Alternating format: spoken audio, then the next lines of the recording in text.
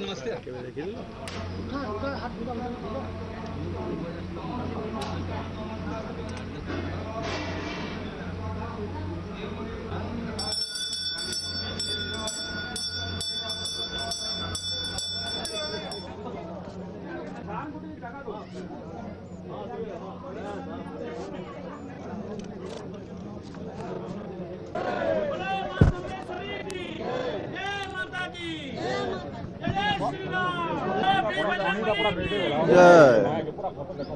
आप देखु आज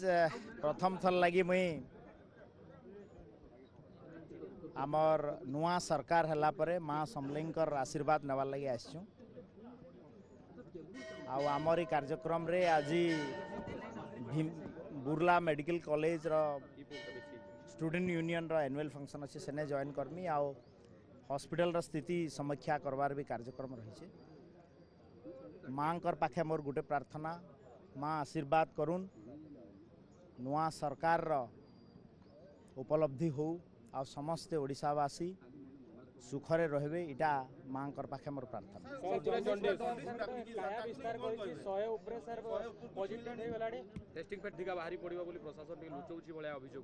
देखो जंडिस रो स्थिति समीक्षा मु वीडियो कॉन्फ्रेंसिंग माध्यम रे संबलपुर जिलापाल सहित मु कथा होती एबे तांको शॉर्ट टर्म मेजर्स डायरेक्शन दिया जो जो पाइपलाइन फाटी रिपेयर करेंगे व्हाट करू आउ जहाँ स्थिति उपरे पूरा आमर नजर अच्छे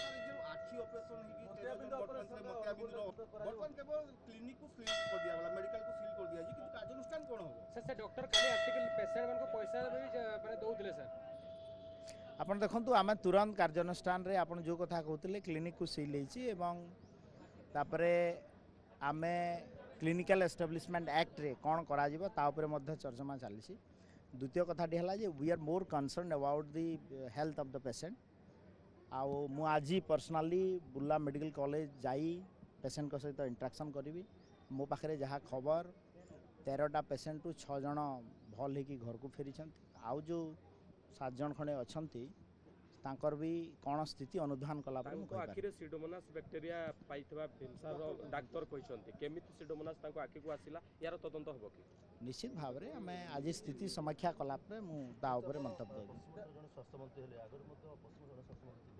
पश्चिम जो व्यक्ति भी रही भिमसार हो बलांगीर सुযোগ हो पार आप आसिले कि नुआ करके देखिए निश्चित भाव में आपण मानकर आशा आकांक्षा आउ ताकू पूरण करने तो नुआ सरकार अच्छी आम निश्चित भाव चेष्टा करूँ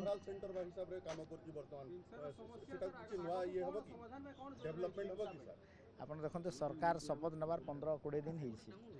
निश्चित भाव में आमर 100 डेज प्रोग्राम जो रहिबो नुआ सरकार रो ता उपरे आमे आगो को पदक्षेप नेबू